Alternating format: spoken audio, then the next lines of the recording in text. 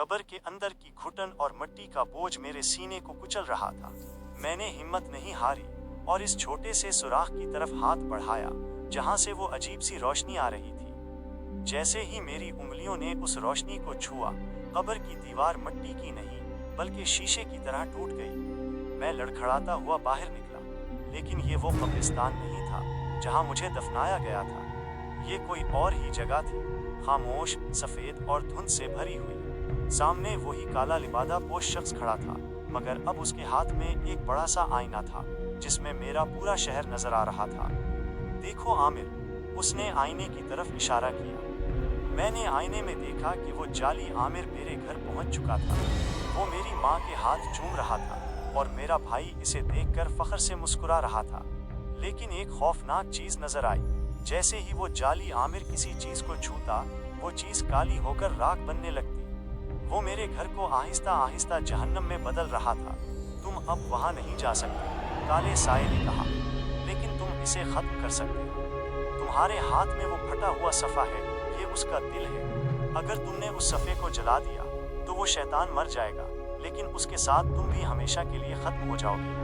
तुम्हारी रूह कभी भटक ही नहीं पाएगी, बस मिट जाएगी। मेरी आंखों में आंसू आ गए। मैंने अपनी माँ का वो हंसता हुआ चेहरा देखा जो उस धोखेबाज को अपना बेटा समझ रही थी।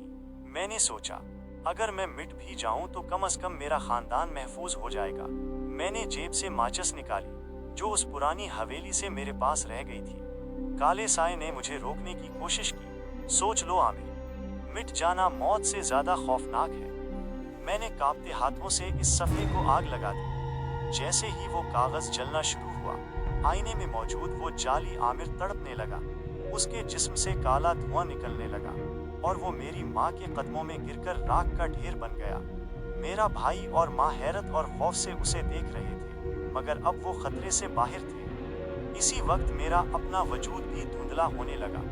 मुझे ऐसा लगा जैसे मैं हवा में तहलील हो रहा हूँ। मेरा हाथ, मेरे पैर सब गायब हो रहे थे।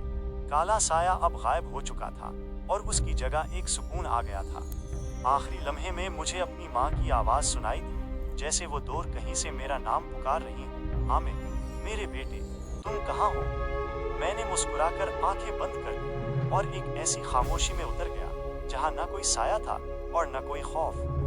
आमिर अपनी जिंदगी की तलाश में निकला था और उसे बचाते बचाते खुद एक ऐसी दास्तान बन गया जिसे कोई सुनाने वाला नहीं बचा था।